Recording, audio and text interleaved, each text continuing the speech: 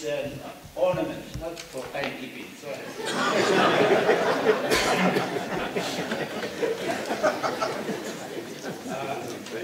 courage to act. I think what I'm going to say will be something about fearfully obeying the guidance of the inner voice. It seems indisputable that the Great Spirit, the Creator, called by many different names, gives every person on earth two toolkits they are to use intelligently and responsibly for their fullest development as individuals and for the all-round growth of their societies and nations. In one kit are their aspirations and dreams, many of them often wild. In the other, their soul and conscience, as real as their aspirations, which unfailingly shows them what is right and wrong, selfish and unselfish, what is plain vanity and hunger for short-term success and enjoyment, whatever the consequences on others and the world, and what is bold, wise leadership and statesmanship. I believe human aspirations and dreams have a sacred purpose and meaning for life on earth. But if we pursue them relying on our own thinking, ignoring the roadmap our conscience and soul are guiding us to follow, the leaders of people's struggles and their people end up creating hell on earth together, instead of the one they declare to be their noble aspirations. Peter Howard, the English writer, put it this way in one of his poems: "The high ideals and not long after, the dark dead end of man-made schemes." I believe the Nagas did the right thing in starting their position boldly and naturally before the British left. And they did the right thing in staunchly defending it after the British left. My maternal uncle, Asa Pizzo, galvanized the Naga struggle by his charismatic, sacrificial leadership. He is today called the father of the Naga people. Mahatma Gandhi understood the Nagas. He won their fullest trust and tried his best to win them and work out an honorable solution that would be acceptable to both sides. But he was assassinated soon after their meeting with him in Delhi. To keep my contribution brief as the time for this meeting demands, I shall say that Naga struggle ran into all the extremely difficult questions and all human struggles for aspirations eventually run into. When certain leaders expressed their view that the Nagas were not ready for the political status they had declared, and said other alternatives equally honorable and right for us ought to be considered, the Naga National Council, under my uncle, the president, condemned them as traitors who did not deserve to live. Soon after, the Secretary General of the Council was the first to be killed by guerrilla soldiers loyal to the President. This started the deadly process of killings and counter-killings, revenge and counter-revenge. The Council eventually split into factions. Today, we have 6 factions that have killed their opponents steadily in the contest to control the Naga struggle. From here at Asia Plateau, I started to go frequently to Nagaland to do something about the situation. I found myself drawn rapidly into the ever-deteriorating crisis. On one occasion, on the eve of my departures for Nagaland, when I was packing, my wife Christine came to me and said, our son Bipule, about 8 then, was sobbing uncontrollably while trying to go to bed. I went and asked him why he was crying. He said, not too fast, trying to stick to your time. He said, I am so worried and afraid you too will be killed. I didn't know what to say. He had been hearing all the news from home, the killing of my brother-in-law and his brother, who was the Chief Minister of Manipur State, by one of the factions who regarded them as obstacles in their path, and killings of other well-known personalities in our society. I had not realized how deeply the news had affected him. I said I was ready to cancel my trip. He was quiet. I was confused.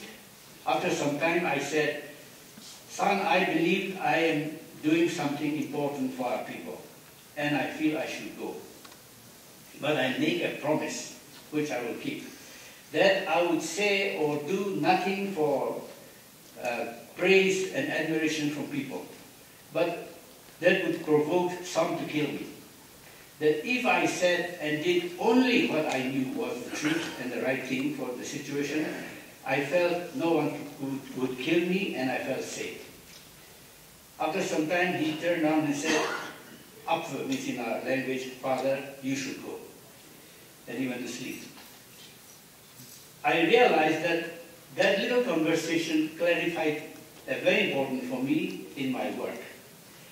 Soon after I went to Nagaland, I found myself at the heart of a huge debate going on, and all the Naga tribes were meeting to form a common platform.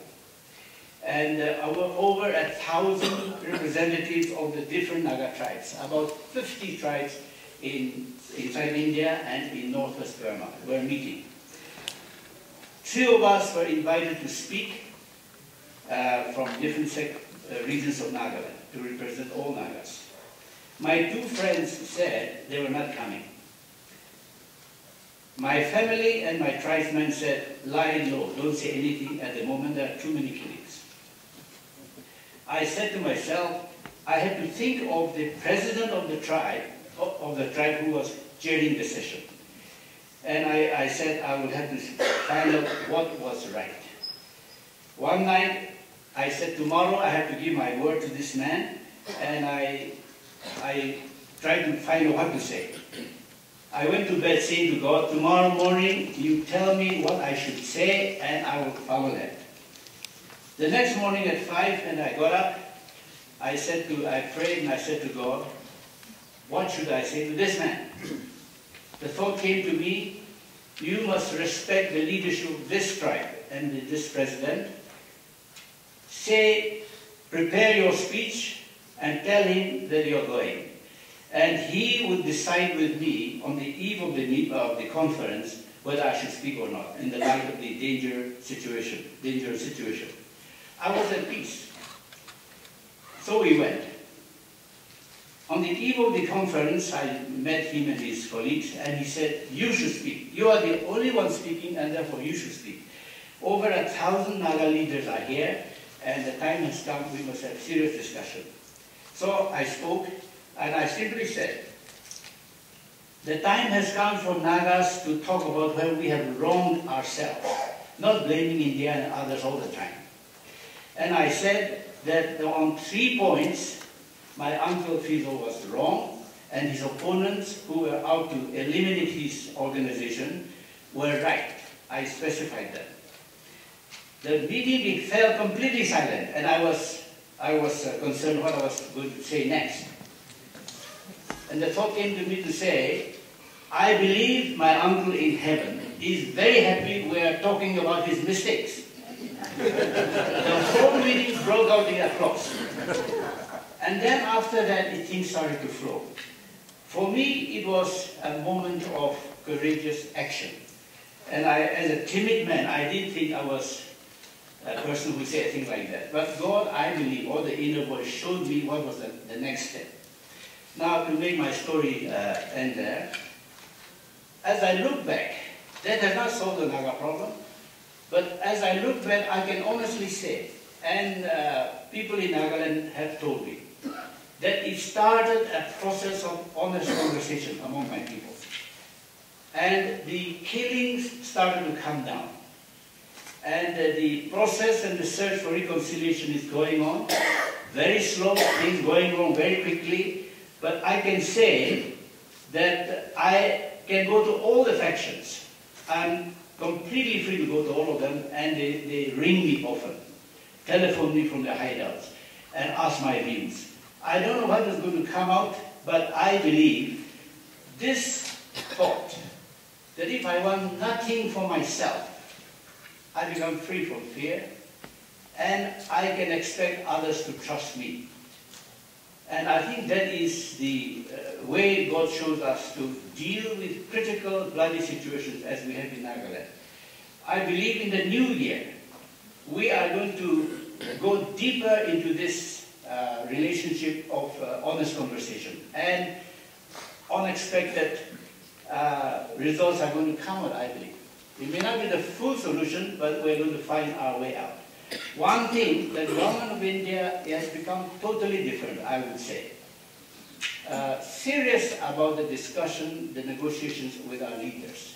And so I believe that if I follow an ordinary person, what God shows me to do, the next steps are shown. Thank you.